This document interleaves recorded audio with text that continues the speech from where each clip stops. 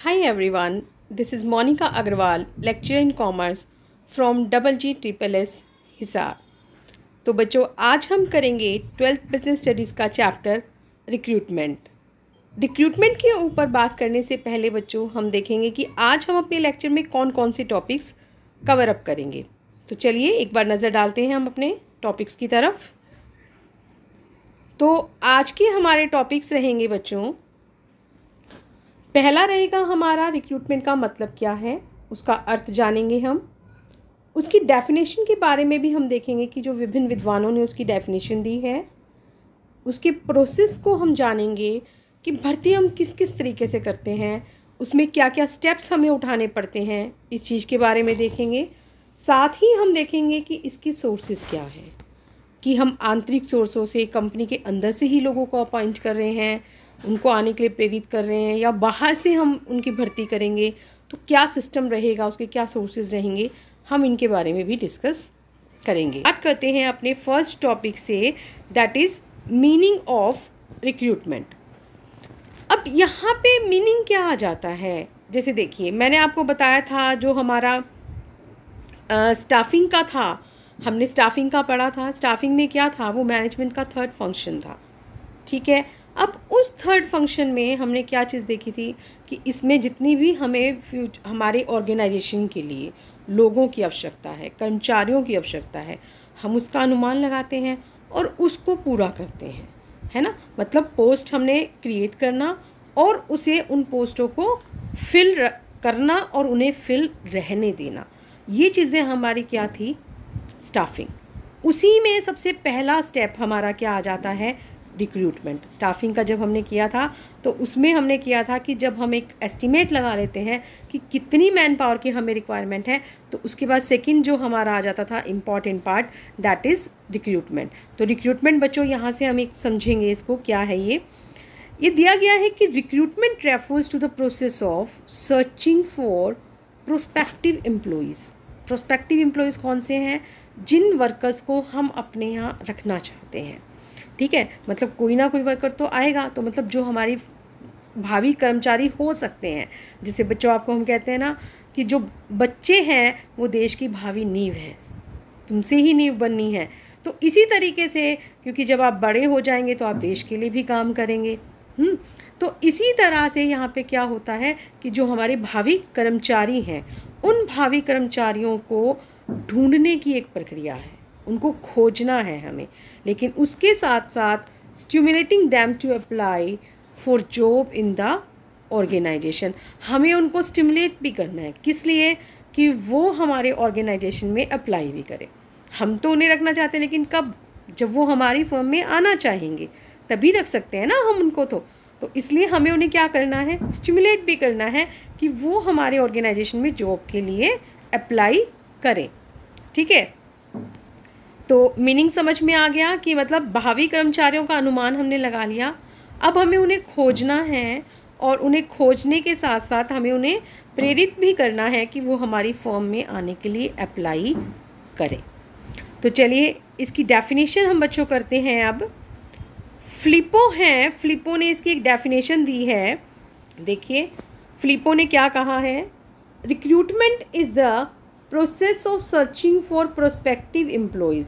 Filippo ने भी यही कहा जो भी हमने ऊपर पढ़ा कि रिक्रूटमेंट हमारी क्या है, रिक्रूटमेंट एक प्रोसेस है लोगों को, भावी लोगों को खोजने की, जो भावी कर्मचारी हैं उनको खोजने की, उन्हें स्टिमुलेट करने की कि वो हमारे ही ऑर्गेनाइजेशन में जॉब के लिए अप्लाई करें, ठीक है। तो इसका मतलब ये कितनी इम्पॉर्टेंट बात है ना, कि हमने भावी कर्मचारी को खोजना है और उन्हें स्टिमुलेट करना है, किस चीज़ के लिए, कि वो हमारी ऑर्गेनाइजेशन में, हमारे बिजनेस में काम करने के लिए रेडी हो जाए, ठीक है। इसी दिशा में एक और भी है, मैकफरलैंड है। मैकफरलैंड ने भी एक डेफिनेशन दी है। उन्होंने क्या बताया, उन्होंने भी 2 वर्ड में सब कुछ कह दिया। It is the process of attracting potential employees to the company. उन्होंने ये कहा कि हम इसको एक ऐसी प्रक्रिया कह सकते हैं कि जो भावी कर्मचारियों को अपनी ओर आकर्षित करती है, अपनी ओर खींचती है।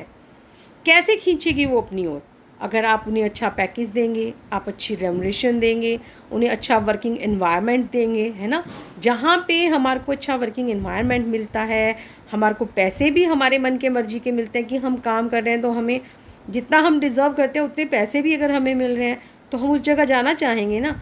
तो वो सब हमारा एक किस्म से हम क्या कह रहे हैं, रिक्रूटमेंट है। कि मैकफार्लैंड भी यही कहते हैं कि ये एक ऐसी प्रक्रिया है जो कंपनी के भावी कर्मचारियों को अपनी ओर अट्रैक्ट करती है, कि कर्मचारी उसी कंपनी में ही आए। ठीक है, तो चलिए अब आपको मेरे ख्याल से रिक्रूटमेंट का मतलब पता चल गया होगा। और जब अगर हमें मतलब पता चल जाता है तो हमारे लिए उसको प्रोसेस को करना तो और भी आसान हो जाता है। तो चलिए हम इसका प्रोसेस करते हैं। और प्रोसेस का सबसे पहला पार्ट क्या है, रिक्विजिशन ऑफ एम्प्लॉइज़। बच्चों, इस पॉइंट को डिस्कस करने से पहले मैं एक बार फिर कहना चाहूँगी कि अगर किसी भी चीज़ का प्रोसेस आप करते हैं तो वो हमेशा स्टेप वाइज होना चाहिए। एक स्टेप कर लोगे तो उसके बाद सेकंड स्टेप उल्टा पुल्टा उनको नहीं करना, क्योंकि कभी भी स्टेयर्स आप ऊंची नीची नहीं चढ़ सकते। आप फर्स्ट के बाद सेकंड चढ़ते हैं और सेकंड के बाद थर्ड चढ़ते हैं। ठीक है, तो आपने ये चीज़ ध्यान रखनी है। तो यहाँ पे रिक्रूटमेंट का पहला है रिक्विजिशन ऑफ एम्प्लॉइज़। अब रिक्विजिशन ऑफ एम्प्लॉइज़ में हमारे पास क्या चीज़ आ जाती है। अभी हमने कहा कि सबसे पहले आप ये एस्टिमेट करेंगे कि आपको कितने एम्प्लॉइज़ की रिक्वायरमेंट है, किस टाइप के आपको एम्प्लॉइज़ चाहिए, है ना। अब आपने वो भावी कर्मचारी को तो पता है, लेकिन आपको ये तो देखना पड़ेगा ना कि किस डिपार्टमेंट के लिए। कि मान लीजिए परचेज़ डिपार्टमेंट है तो परचेज़ डिपार्टमेंट के लिए कितने वर्कर्स चाहिए। सब डिपार्टमेंट्स ने अपनी अपनी लिस्ट दे दी। अब तो आप एक डिटेल में सारी की सारी उसकी वो बनाओगे। ठीक है, फिर सेकंड आप क्या करोगे, identification of the sources of recruitment. अब आप यहाँ पे आइडेंटिफाई करेंगे कि क्या है हमारे सोर्सेज क्या हैं। क्योंकि देखो, जो पर्सनल मैनेजर होगा हमारा, जो कर्मचारियों को लगाएगा। अब उसके पास सभी डिपार्टमेंट्स ने अपनी डिमांड भेज दी, वो अपना सारी डिमांड की एक डिटेल बना लेगा कि कितने लोगों की चाहिए। अब वो ये भी देखेगा कि भाई इस डिपार्टमेंट को इतने इतने लोग चाहिए, अब मैं किसको कहाँ से कितने दूँ, उनको व्यवसाय के अंदर से ही दे दूँ या मुझे बाहर किसी सोर्स से उनको लाना पड़ेगा, मतलब कहाँ से मैं इनको बेटर काम इनका चला सकता हूँ। तो वो सोर्सेज को आइडेंटिफाई करेगा। अभी हम सोर्सेज को जब डिटेल में पढ़ेंगे ना बच्चों, तो आपको और अच्छे से पता चल जाएगा कि रिक्रूटमेंट के दो सोर्सेज होते हैं।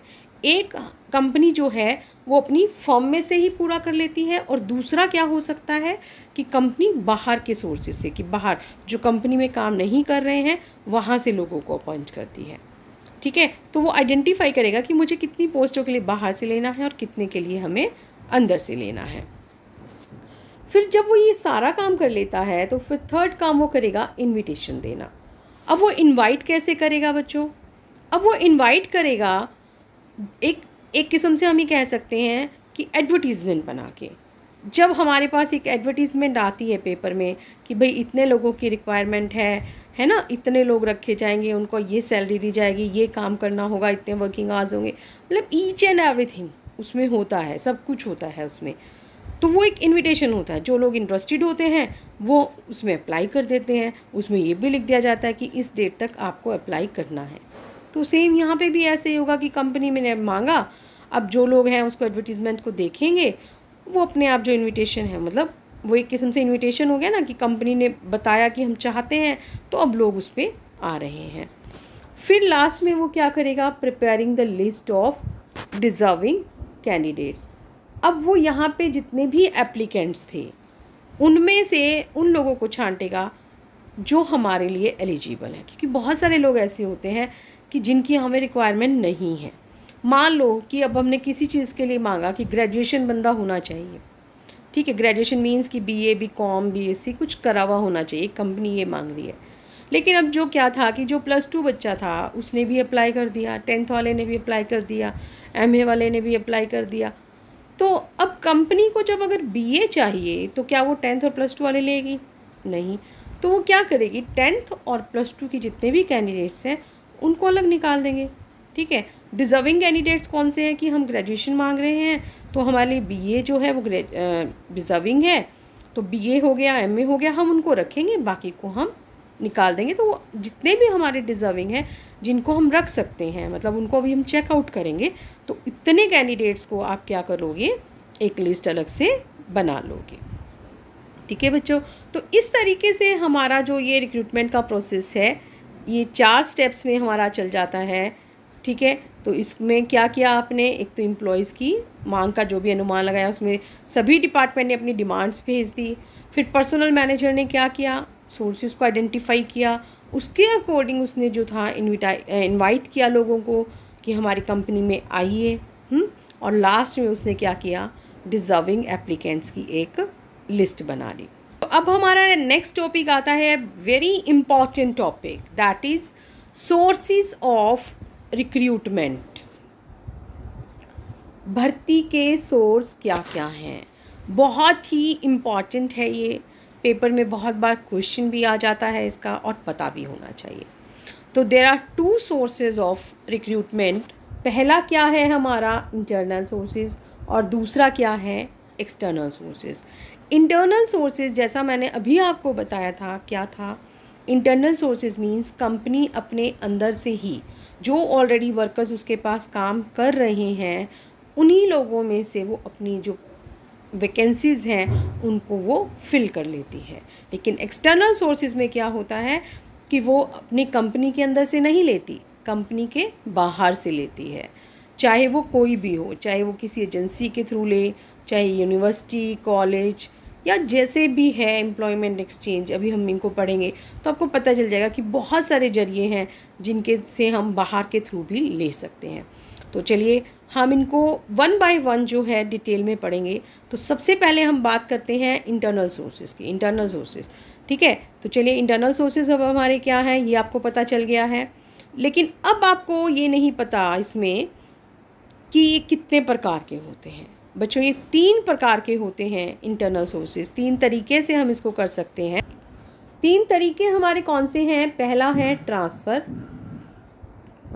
देखिए पहला है ट्रांसफ़र, दूसरा है प्रमोशन, तीसरा है हमारा ले ऑफ। ट्रांसफ़र का मतलब क्या है, जैसे देखिए कि कोई आदमी है परचेज़ डिपार्टमेंट में काम कर रहा था, अब आप उसे क्या कर रहे हैं, सेल्स डिपार्टमेंट में भेज देते हैं। तो एक डिपार्टमेंट से दूसरी जगह उसको भेज देना वो हमारा क्या है, ट्रांसफ़र हो गया। इंटरनल सोर्स ही हो गया ना कि कंपनी के एक डिपार्टमेंट में काम कर रहा था, एक जगह से हमने उसको दूसरी जगह भेज दिया, तो कोई फ़र्क नहीं पड़ा। दूसरी क्या चीज़ आ गई है हमारी, प्रमोशन। प्रमोशन क्या है, पहले कोई इंसान लोअर पोजीशन पे था, अब आप उसकी सैलरी बढ़ा देते हो, उसकी पोजीशन बढ़ा देते हो, तो फिर वो क्या बन जाएगा, उसको उसका बॉस। जो पहले किसी के अंडर काम कर रहा था अब वो उसका क्या हो जाएगा, बॉस बन जाएगा ना उसका बॉस। कि मान लो कि अब क्या था कि जब आप पहले किसी के साथ काम कर रहे थे, अब आपको धीरे धीरे वो काम पता चल गया, पहले कोई एक सिंपल एम्प्लॉय था वो असिस्टेंट मैनेजर के साथ था, धीरे धीरे प्रमोट करके उसको क्या कर दिया गया, असिस्टेंट मैनेजर बना दिया गया। अब वो मैनेजर को असिस्ट कर रहा है, फिर उसकी प्रमोशन करके हम क्या कर सकते हैं, उसको मैनेजर बना सकते हैं। तो यहाँ पे भी क्या हो गया, कंपनी में ही हो गया, तो इसलिए ये भी हमारा क्या है, इंटरनल सोर्स है। ठीक है, और फिर हमारा जो थर्ड आता है that is lay off. Lay off अब हमारा क्या हो जाता है कि कंपनी से अलग कर देना। कई बार ऐसा होता है कि हमारे पास वर्कर्स ज़्यादा हो जाते हैं, काम कम होता है, तो कंपनी सारे लोगों की तो सैलरीज नहीं दे सकती ना, कंपनी को कुछ लोगों को काम से अलग करना पड़ता है। वो कह देती है भी अब हमारे पास काम नहीं है, फ़िलहाल आप लोग जाइए, हमें जैसे ही ज़रूरत होगी तो हम आपको ही कॉल करेंगे। ठीक है, और कंपनी वाकई में प्रेफरेंस देती भी है। जैसे कोविड चल रहा है, लोगों ने अपने अपने जो भी उनके पास एम्प्लॉइज़ थे कम कर दिए, और कम करने के बाद अगर अब उन्हें ज़रूरत हुई कि लॉकडाउन हो गया, लोगों ने भेज दिया, अब काम चल रहे हैं वापस, तो लोगों उनको वापस से फिर से बुला रहे हैं। तो ये क्या थी, एक ले ऑफ था कि जब उनके पास काम नहीं था तो उन्होंने उन्हें काम से अलग कर दिया, हटा दिया था, लेकिन जब उनके पास काम आ गया तो हमने फ़र्स्ट प्रेफरेंस क्या दी, जो ऑलरेडी हमारे पास लगा हुआ था हमने वापस से उसी को बुला लिया। तो बच्चों ये क्या था, ये भी हमारा क्या था, कंपनी में से ही है क्योंकि वो हमारे पास पहले काम कर चुके हैं। ठीक है, तो यहाँ से ये चीज़ हो गई। अब जो नेक्स्ट आता है हमारा, नेक्स्ट आ जाएगा बच्चों एडवांटेजेस। इसके एडवांटेजेस क्या क्या हैं इंटरनल रिक्रूटमेंट के। सबसे पहला आता है इंक्रीज़ इन मोटिवेशन। अब मोटिवेशन को ये कैसे इंक्रीज़ करते हैं, मोटिवेशन इससे कैसे इंक्रीज़ हो जाता है। देखिए, जब आपकी कंपनी में कोई काम कर रहा था, उसको ये पता है कि मुझे यहाँ पे प्रमोशन दे दी जाएगी, मैं काम अच्छा करूँगा तो मुझे अपना हायर पोजीशन पे पहुँचाया जाएगा, मेरी सैलरी भी बढ़ेगी, मेरी पोजीशन भी बढ़ेगी, तो वो काम करने के लिए क्या होगा, मोटिवेट हो जाएगा। वो सोचेगा भी मैं जितना अच्छा काम करूँगा मुझे तो उतना ही अच्छा पैसा मिलने वाला है, तो काम को दिल लगा के करेगा। ठीक है, तो इसलिए पहला हो गया हमारा इंक्रीज़ इन मोटिवेशन।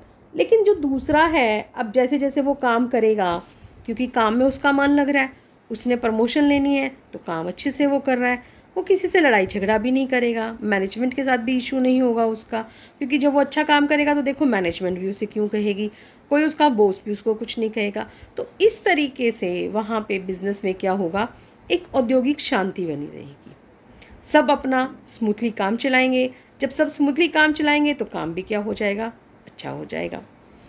थर्ड फिर क्या आ जाएगा, इजी सिलेक्शन। अब यहाँ पे चुनाव भी आसान है भाई, जितने लोग हैं हमारे पास 10, 15, 20, 25, तो ये हमारी कंपनी के ही है ना, हमने तो ऑलरेडी उनका काम देख रखा है, हमें पता है कि वो कैसा काम कर रहे हैं या कैसा नहीं कर रहे हैं। तो हमने जब उनका वो काम देख रखा है तो हमारे को उनमें से सिलेक्ट करना भी क्या है, ईजी है। No need of induction. अब हमें उन्हें ट्रेनिंग वगैरह देने की भी, काम से पता लगाने की भी हमें ज़रूरत नहीं है, क्योंकि ऑलरेडी वो कंपनी में काम कर रहे हैं, कंपनी के एनवायरनमेंट को वो बहुत अच्छे से जानते हैं, कंपनी के बारे में जानते हैं, काम किस तरीके से किया जाता है, मैनेजमेंट क्या डिमांड करती है, वर्कर्स कैसे हैं, सब उनको each and everything they know. तो इसलिए वहाँ पे हमें इंडक्शन की भी ज़रूरत नहीं होती है। फिर इसका एक फ़ायदा और क्या हो जाता है, एडजस्टमेंट ऑफ सरप्लस एम्प्लॉइज़। कई बार क्या होता है कि कंपनी के एक डिपार्टमेंट में लोग ज़्यादा हो गए और दूसरे विभाग में कमी है, तो हम क्या कर सकते हैं, कंपनी में से ही लोगों को निकाला, परचेज़ डिपार्टमेंट से निकाल कर सेल्स में, सेल्स है तो मान लो फाइनेंस में चाहिए था तो फाइनेंस में भेज दिया, तो वहीं की वहीं जो हमारे एम्प्लॉइज़ फालतू थे उनको हमने एडजस्ट कर दिया। And the last benefit is economical source. Economical source अब क्या आ जाता है कि ये हमारे लिए खर्चीला नहीं है, बहुत एक सही बढ़ता है। देखो, जब आप अगर बाहर से लेते हो, आपको एडवर्टीज़मेंट देना पड़ेगा, इंटरव्यू बुलाने पड़ेंगे, तो बहुत सारा टाइम भी लगेगा, खर्चे भी लगेंगे, कॉस्टली एक प्रोसीजर हो जाता है बाहर से वाला। लेकिन बाहर का तो यहाँ पे है ही नहीं, हमें कोई एडवर्टीज़मेंट की ज़रूरत नहीं है, ज़्यादा जांचने की ज़रूरत नहीं है, क्योंकि लोग हमारे पास काम कर रहे हैं, हमारे को उनकी परफॉर्मेंस पता है कि वो कैसा काम करते हैं, कौन अच्छा है कौन कैसा है, तो हमें सब कुछ पता है उनके बारे में, है ना। तो हम बड़ी आसानी से उनमें से लोग चूज़ कर सकते हैं। तो इसलिए जो हमारा इंटरनल रिक्रूटमेंट है वो हमारा एक बहुत अच्छा इकोनॉमिक सोर्स भी है। लेकिन जैसा कहते हैं ना कि हर चीज़ के अगर पॉजिटिव पॉइंट हैं तो उसके नेगेटिव भी होते हैं। तो अब यहाँ पे इसके नेगेटिव पॉइंट क्या आ जाएंगे बच्चों, हम चलते हैं इसकी लिमिटेशंस की तरफ। ठीक है, अब ये आ गई इसकी लिमिटेशंस। लिमिटेशंस क्या क्या हैं इसकी, stop entry of young blood. अब यहाँ पे एक नुकसान हमें क्या हो जाता है कि अगर हम कंपनी में लेते हैं लोग, तो पुराने चले आ रहे हैं, वो बड़े हो गए, अब नए लोग, उनकी नई सोच है ना, फ़र्क। अब आप लोग हैं, आप लोग सोचते हैं कि हमारे पेरेंट्स हमारे जैसा नहीं सोचते, आपके दिमाग में कुछ और आइडियाज़ आते हैं, पेरेंट्स के में कुछ और आते हैं, घर में जो बड़े हैं, दादा दादी हैं, उनके दिमाग में कुछ और आइडियाज़ आते हैं, है ना। और हम एक किस्म से ये भी देखते हैं कि जो यंग जनरेशन होती है आजकल, उनके दिमाग में बहुत अच्छे आइडियाज़ भी आते हैं। अगर आपका दिमाग अच्छा चल रहा है तो आप बहुत अच्छे आइडियाज़ लेकर आ सकते हैं जो शायद बड़ों के भी दिमाग में ना आए। तो ऐसे ही कंपनीज़ में भी होता है, जो लोग हैं अब वो पुराने हो गए तो उनके वही पुराने थॉट्स चलते हैं, पुराने तरीके चलते हैं। लेकिन जब काम की नई नई टेक्निक्स आ रही हैं, नए नए थॉट्स आ रहे हैं, तो हमारे लिए वो भी ज़रूरी है। तो अगर लेकिन हम इंटरनल रिक्रूटमेंट कर लेते हैं तो यहाँ पे यंग ब्लड की जो एंट्री है ना वो बिल्कुल बंद हो जाती है। अब यंग ब्लड आ नहीं रहा, अब पुराने ही एम्प्लॉयज़ काम कर रहे हैं, उन्हें पता है भी प्रमोशन हो जानी है, तो वो क्या हो जाते हैं, वो लेथार्जिक हो जाते हैं। लेथार्जिक मीन्स आलसी हो जाता है, सुस्त से हो जाते हैं वो, कि भाई ठीक है चल रहा है, हमें प्रमोशन तो आज नहीं तो कल मिल ही जाएगी, कंपनी ने हमें रख ही रखा है, तो फिर वो क्या हो गए, लेथार्जिक हो गए। तो ये भी इसकी एक लिमिटेशन हो गई। अब अगर हम ये देखें कि इंटरनल रिक्रूटमेंट क्या एक नए ऑर्गेनाइजेशन के लिए अवेलेबल होगा, नहीं, उसे तो सारा बाहर से लेना पड़ेगा। तो ये भी इसकी एक ड्रॉबैक हो गया ना, कि नए ऑर्गेनाइजेशन के लिए नहीं है। अच्छा, जब देखो लोग बाहर से आ नहीं रहे, लोग सुस्त भी हो रहे हैं, उनसे ज़्यादा अच्छा कुछ मिल नहीं रहा, जैसे लोग हैं उनको पता है कि हमारे आसपास वाले कैसे हैं, तो कंपटीशन की भावना नहीं रहेगी। कंपटीशन कब आता है, जब हमारे से ज़्यादा कुछ अच्छा करने वाला हो। आप क्लास में 80% मार्क्स लेते हैं, ठीक है, अब आप क्लास के मान लीजिए टॉपर हैं, कोई आपसे नहीं आगे है, सब आपसे पीछे पीछे हैं, आपका मन क्या करेगा, यार मैं तो ऊंचा हूँ ही, कोई बात नहीं, 80 की जगह मेरे 70 भी रह गए तो कोई बात नहीं, बाकी क्लास तो 60 पे चल रही है ना। तो उसमें क्या है कि काम नहीं होगा, आप धीरे धीरे डाउन जा रहे हो, आपका ख़त्म हो गया एक क्रेज़। लेकिन अगर आप 80% पे है, बाकी क्लास 60 पे है, कोई आपकी क्लास में 90 वाला बच्चा आ गया, तो आपको क्या लगेगा, आप सोचोगे नहीं भाई, यहाँ तो मेरे 80 पे मैं तो रह गया और वो 90 वाला आ गया, अब मैं तो नहीं, मैं तो क्लास में फर्स्ट थी, तो मुझे उससे ज़्यादा लेने हैं, तो आप और मेहनत करते हो।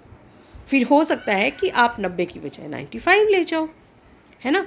तो ऐसा ही कंपनीज़ में भी होता है, जब पुराने लोग हैं उन्हें पता है कैसे हैं, तो वो क्या हो रहे हैं, वहाँ पे सुस्त हो जाते हैं, वो काम नहीं करते, तो कंपटीशन भी ख़त्म हो जाता है। और कंपटीशन ख़त्म होने के बाद काम पे भी कहीं ना कहीं इफ़ेक्ट रहता है। और लास्ट पॉइंट इसमें हमारे पास क्या आता है, frequent transfers hit the productivity negatively. अब क्या होता है कि कई बार ना जो ट्रांसफ़र कर दी जाती हैं, जैसे जैसे रिक्वायरमेंट होती है, 2 महीने यहाँ, 3 महीने यहाँ, 4 महीने यहाँ, या 1 महीने में भी ट्रांसफ़र हो जाती है, तो उससे क्या है कि प्रोडक्टिविटी अफेक्ट होगी। क्योंकि अभी पहले एक इंसान आया, उसने काम समझा, मीनवाइल ही आप दूसरे को बदल दिया गया, फिर तीसरा आ गया। अब जैसे आप क्लास में हो, आपके टीचर आए दिन बदलते रहे, आपको काम होगा आपसे, नहीं हो पाएगा ना, क्योंकि आपने उन्हें समझा, टीचर ने आपको समझा, इतने में तो टीचर ही बदल गया। तो ऐसे ही कंपनी में है, क्योंकि जब आपको एक जगह से दूसरी जगह, दूसरी जगह से तीसरी जगह, चाहे बेशक आप कंपनी में हैं, लेकिन थोड़ा थोड़ा तो काम में फ़र्क होगा ना, तो आपकी प्रोडक्टिविटी जो है वो अफेक्ट हो जाती है।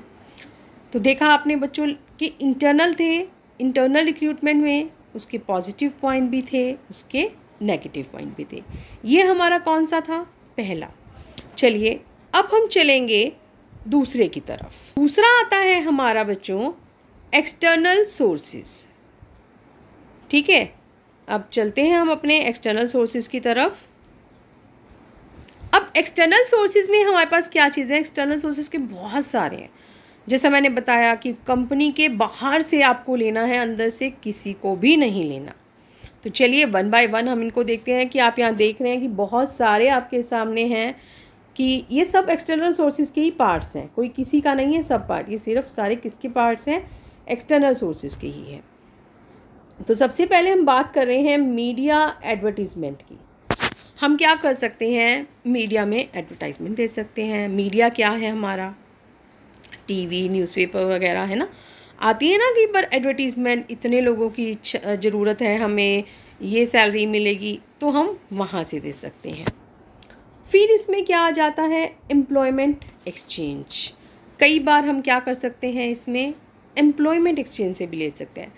हर ज़िले में एक रोज़गार कार्यालय होता है, जितने लोग बेरोज़गार हैं वो वहाँ पे नाम दर्ज कराते हैं।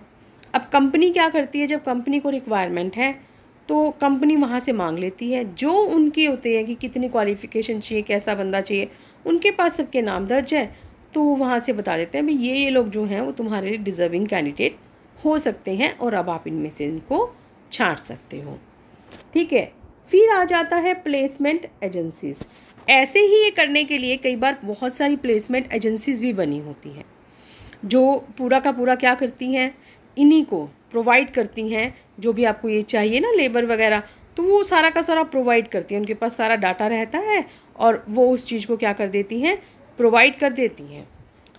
एक इसी तरह से जैसे प्लेसमेंट एजेंसी बनी होती है, ऐसे ही होते हैं मैनेजरियल कंसल्टेंट्स।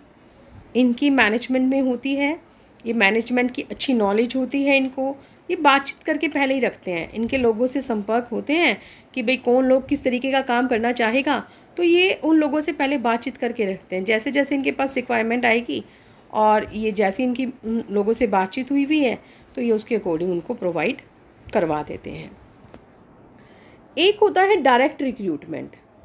डायरेक्ट रिक्रूटमेंट अब हमारी यहाँ पे क्या चीज़ आ जाती है कि फैक्ट्री वगैरह की गेट पे ही ना हम लोग लगा देते हैं, भाई यहाँ इतने लोगों की ज़रूरत है, जो लोग इंटरेस्टेड हैं वो आ जाओ, ठीक है, तो वो हो गई डायरेक्ट। लेकिन ये ज़्यादातर किस केस में होती है, जो बिल्कुल लोअर लेवल पे होती है ना, कि लेबर क्लास हो गई, जो वर्कर्स हमें चाहिए, जिनके लिए नॉन मैनेजरियल एक किस्म से आप कह सकते हैं कि उनके लिए हमें कोई वो नहीं चाहिए, हमें उनसे एक काम करवाना है, जैसे मजदूरी वगैरह करवानी है ना, तो ऐसा काम जिसके लिए कोई क्वालिफ़िकेशन की ज़रूरत नहीं है, कि वो काम आराम से कर सकते हैं, है ना, तो वो लोग ये क्या करते हैं कि डायरेक्ट रिक्रूटमेंट करते हैं।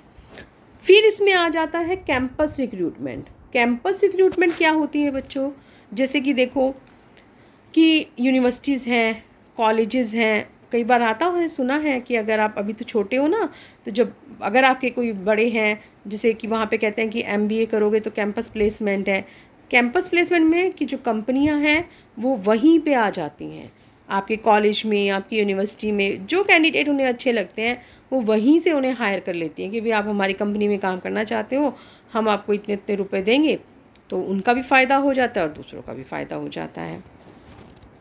एक होता है रिकमेंडेशन, कि अगर आपके पास कोई काम अच्छा कर रहा था तो आप उसको रिकमेंड कर देते हो। लेकिन रिकमेंडेशंस में ज़्यादातर क्या होता है कि जो हमारे पास कोई एम्प्लॉई है वो बहुत अच्छा काम कर रहा था, अब किसी और जगह नौकरी निकली हुई है लेकिन वहाँ पे हमारी जानकारी है, तो हम कह सकते हैं भाई ये बहुत अच्छा है और हमारे में नीचे है लेकिन तुम्हारे लायक है, ये बहुत अच्छा काम कर सकता है, तो वो क्या हो गई, हमारी रिकमेंडेशंस हो गई। एक होते हैं लेबर कॉन्ट्रैक्टर्स। लेबर कॉन्ट्रैक्टर्स हमारे क्या हो जाते हैं, ये ठेकेदार नहीं होते हैं, वो होते हैं श्रम ठेकेदार, कि भी लेबर को प्रोवाइड कराते हैं, आपको कितने लोगों की ज़रूरत है, आप इनसे ठेकेदार से बात कर लो। जब ये बनती है ना सड़कें, पुल वगैरह, ये बिल्डिंग्स वगैरह, तो ये ठेकेदारी लेकर आते हैं, इनको सब पता होता है कि वे कितने लोग हैं, कैसा कैसा काम करेंगे, तो जितने की 10 की, 20 की, 40 की, 50 की, 100 की, इनको पता है और ये लोग ले आते हैं। तो देखा आपने अब तक कितने सारे हमने कर लिए, लेकिन क्या उनमें से कोई एक भी हमारा इंटरनल सोर्स था? नहीं ना, एक भी इंटरनल सोर्स हमारा नहीं था। इसी तरह से अगला है टेलीकास्टिंग। टेलीकास्टिंग जैसा अभी मैंने बताया कि टीवी पे आपका आ जाता है। मीडिया में क्या है कि काफ़ी सारी चीज़ें आ जाती हैं, न्यूज़पेपर है, पैम्फलेट्स है, कि जो आपको शो कर रहे हैं, टीवी भी है। और टेलीकास्टिंग में आजकल टीवी पे भी चलता है कि इतने लोगों की हमें ज़रूरत है, वो उनको अप्लाई आप कर सकते हैं इस डेट तक। और in the last is web publishing. Web publishing अब हमारे पास क्या चीज़ आ जाती है, आजकल वेबसाइट्स बन गई हैं कि आपको नौकरी करनी है तो आप उस वेबसाइट पे जाकर ना अपना अप्लाई कर सकते हो। उस पे कंपनियां डाले रखती हैं या कंपनी वाले वहाँ से ले लेते हैं। जैसे कि अगर आपने सुना हो तो एक है naukri.com, आप वहाँ पे नौकरी ले सकते हैं। एक jobstreet.com है, वहाँ पे भी आप अपना जॉब के लिए सर्च आउट कर सकते हैं। तो इस तरीके से बच्चों की ये क्या है, सारे एक्सटर्नल सोर्सेज हैं, बाहर से, कंपनी के अंदर से हमने किसी को नहीं लिया, हमने सबके सब हमने कहाँ से लिए हैं, हमने बाहर से लिए हैं। ठीक है, तो जैसे इंटरनल सोर्सेज का था ना कि उसकी एडवांटेजेस थी, डिसएडवांटेजेस थी, ऐसे ही इसकी भी एडवांटेजेस और डिसएडवांटेजेस हैं। तो चलिए हम इसके एडवांटेजेस करते हैं। अब पहले नंबर पे पहला आता है क्वालिफाइड पर्सनल। फ़ायदा क्या हो गया हमें इसका, कि हमें बहुत अच्छा क्वालिफाइड जो स्टाफ है वो मिलेगा, सब योग्य है, जितना हम चाहते थे, जो स्किल्स चाहते हैं, जो नॉलेज चाहते हैं, उस तरीके से, क्योंकि हमने बाकायदा अप्लाई करवाया है, एडवर्टीज़मेंट निकाली है, लोगों की एप्लीकेशंस आएंगी हमारे पास, तो हम उनमें से चूज़ कर सकते हैं, है ना। अब दो भी हैं तो आजकल बेरोज़गारी इतनी है कि 100, 200, 1000 तो आपके पास आई जाएंगी, तो आप ओवर क्वालिफाइड भी ले सकते हैं। कि जैसे अभी मैंने बताया कि BA मांगा था लेकिन आपको MA वाले लोग भी मिल रहे हैं, तो वो क्वालिफाइड पर्सनल आपको मिल जाते हैं। दूसरा फ़ायदा आपके पास क्या रहता है, वाइडर चॉइस, क्योंकि आपको 2 लोग चाहिए लेकिन अगर आपके पास 100 फॉर्म हैं तो 98 लोगों की आपको एक्स्ट्रा चॉइस है। कितनी चॉइस भी बढ़ गई ना, कंपनी में तो जो काम कर रहे हैं उन्हीं में से आपको लेना पड़ेगा, बाहर से नहीं ले सकते आप। लेकिन बाहर वाले सोर्स में क्या है कि वो आपके पास बहुत सारी चॉइस है। तीसरा आपके पास क्या आ जाता है, फ्रेश टैलेंट। अब वहाँ पे तो उसकी कमी थी। एक किस्म से हम ये कह सकते हैं जो इंटरनल सोर्सेज के डिसएडवांटेजेस थे ना, लिमिटेशंस, वो एक्सटर्नल की क्या हैं, एडवांटेजेस हैं। ये उल्टा है उसका एक किस्म से, क्योंकि वो उसके लॉसेस थे, ये इसके फ़ायदे हैं। वहाँ पे हम ये कह रहे थे भी यंग ब्लड की कमी है, लेकिन यहाँ तो यंग ब्लड आ रहा है ना हमारे पास, क्योंकि जब हमने अप्लाई करवाया तो यंग भी आ रहा है, पुराना भी आ रहा है, सभी तरीके के लोग आ रहे हैं, तो हमें अच्छा टैलेंट मिल रहा है। अब जब लोग नए होंगे, टैलेंटेड होंगे, तो उससे बेनिफिट एक और भी क्या मिलेगा, कंपटीशन की स्पिरिट भी आएगी, प्रतियोगिता की भावना आएगी। अभी मैंने एग्जांपल दिया था, आपको ध्यान होगा, 80% 90% मार्क्स का, याद आया कुछ? तो ये उसी से रिलेटेड है। तो कंपटीशन की भावना भी आएगी, जब नए लोग आएंगे तो कंपटीशन भी बढ़ेगा, और कंपटीशन बढ़ेगा तो फिर वहाँ पे प्रोडक्टिविटी भी नो डाउट अच्छी हो जाती है। और सबसे बड़ा एक और बेनिफिट यहाँ पे क्या जाता है, लेस चांसेस ऑफ फेवरेटिज्म। कई बार हम कहते हैं ना कि वो भाई भतीजावाद चलता है, कि जो अपने नियर डियर होते हैं वो सिर्फ उन्हीं को पूछते हैं और किसी को नहीं पूछते, लोगों को चापलूसी करनी पड़ती है, ये उसके चापलूस हैं। तो जब हम एक्सटर्नल रिक्रूटमेंट कर रहे हैं तो वहाँ पे फेवरेटिज्म के चांसेस भी बहुत कम हो गए, क्योंकि बाहर से आना है, अंदर वाला तो आपने लेना नहीं है, तो फिर चापलूसी कहाँ से चलेगी? ठीक है। लेकिन ऐसा नहीं है कि ये 100% परफेक्ट है। रिक्रूटमेंट में भी, जो एक्सटर्नल रिक्रूटमेंट है उसमें भी कमियां हैं। क्या क्या कमियां हैं, चलिए उसको देखते हैं। अब हम देखिए यहाँ पे सबसे पहली कमी क्या चीज़ है हमारे पास, डिससेटिस्फेक्शन अमंग एग्जिस्टिंग स्टाफ। अब सबसे पहली कमी क्या है कि जो ऑलरेडी हमारे पास स्टाफ लगा हुआ है ना, वो डिससेटिस्फाई हो गया। उनमें एक किस्म से हम कह सकते हैं कि डर हो गया। वो कह रहे हैं भी हमारे को तो तुम प्रमोशन देते नहीं हो, और तुम बाहर वालों से बुला रहे हो तो तुम हमें भी तो प्रमोशन दे सकते हो। वो लोग असंतुष्ट से हो जाते हैं। दूसरी क्या चीज़ है, ये एक लेंथी प्रोसेस है, बहुत लंबा प्रोसेस है। कहने में तो हमने कह दिया कि हमने एडवर्टाइजमेंट निकाला, लोगों के फॉर्म्स आए, फिर फॉर्म्स आने के बाद हमने उनमें से अलग कर लिए, जो हमारे एलिजिबल थे वो अलग कर लिए, जो इनएलिजिबल थे उनको हमने साइड पे निकाल दिया, है ना। फिर सिलेक्शन उसकी होगी, अभी तो आपको सिलेक्शन नहीं पता, नेक्स्ट में हम सिलेक्शन के बारे में करेंगे। तो सिलेक्शन होगी तो उसमें भी काफ़ी एक लंबा प्रोसेस होता है, फिर ट्रेनिंग होगी, डेवलपमेंट होगा, मीन्स कि बहुत एक लंबा प्रोसीजर है, लेंथी है। अब टाइम तो लेगा ही लेगा, इस काम को करने के लिए लोग लगेंगे, है ना। लोग लगेंगे तो फ्री में तो वो काम नहीं करेंगे, तो पैसा भी लगेगा। तो जितना लंबा प्रोसेस उतना ही कॉस्टली प्रोसेस भी हो जाता है। और फिर क्या हो जाता है कि जो आप चूज़ कर रहे हैं, तो ज़रूरी तो नहीं है कि आप सब सही काम करें, गलती तो हर इंसान से हो सकती है। तो यहाँ पे चांसेस क्या रहते हैं, गलत सिलेक्शन के भी चांसेस हमारे हो सकते हैं, कि हमने अगर गलत चॉइस कर ली तो हमारा बना बनाया जो संगठन था वो बिल्कुल हमारा बेकार हो जाएगा, फिर हम उसका कुछ नहीं कर सकते। वहाँ पे हमारा गलत काम हो जाएगा, सारा का सारा बिजनेस भी हमारा क्या हो सकता है, ठप हो सकता है। क्योंकि एक अगर कहीं से थोड़ा सा ख़राब हो गया, वो कहते हैं ना कि नाव में ज़रा सा छेद हो तो वो पानी में तैर रही है तो वो डूब जाएगी, क्योंकि वो पानी भरता चला जाएगा। तो वही बात है कि रॉन्ग सिलेक्शन हो गया तो बिज़नेस हमारा ख़त्म हो सकता है। And the last point is increase in labour turnover. अब लोगों को ये चीज़ पता है कि भी प्रमोशन तो होगी नहीं हमारी, बाहर से लोगों को लाया जाएगा। अब उनमें डिससेटिस्फेक्शन भी हो गया, वो सोच रहे हैं भी ठीक है, जब हमारे पास यहाँ पे ग्रो करने के चांसेस ही नहीं हैं तो हम इस संस्था में क्यों रुकें। फिर वो उसको छोड़ के चले जाने लगेंगे, है ना। उन्हें जहाँ अच्छा मिलेगा फिर वो कोशिश करेंगे कि वो वहाँ पे चले जाएं। तो इस तरीके से हम ये नहीं कह सकते कि 100% ही जो है ना वो हमारी एक्सटर्नल रिक्रूटमेंट सही है, ऐसा नहीं है। इसमें कमियां भी हैं, फ़ायदे भी हैं। ये डिपेंड करता है हर कंपनी पर कि वो किसको चूज़ करती है, किस तरीके से चूज़ करती है। ये सब उसी पे डिपेंड करता है कि जैसी जैसी उसकी ज़रूरतें हैं उनके अकॉर्डिंग वो अपना इंटरनल है एक्सटर्नल है वो कंपनी देखती है कि किन हालातों में उसे क्या चूज़ करना है। तो बच्चों, आज के लिए हमारा इतना ही। That's all.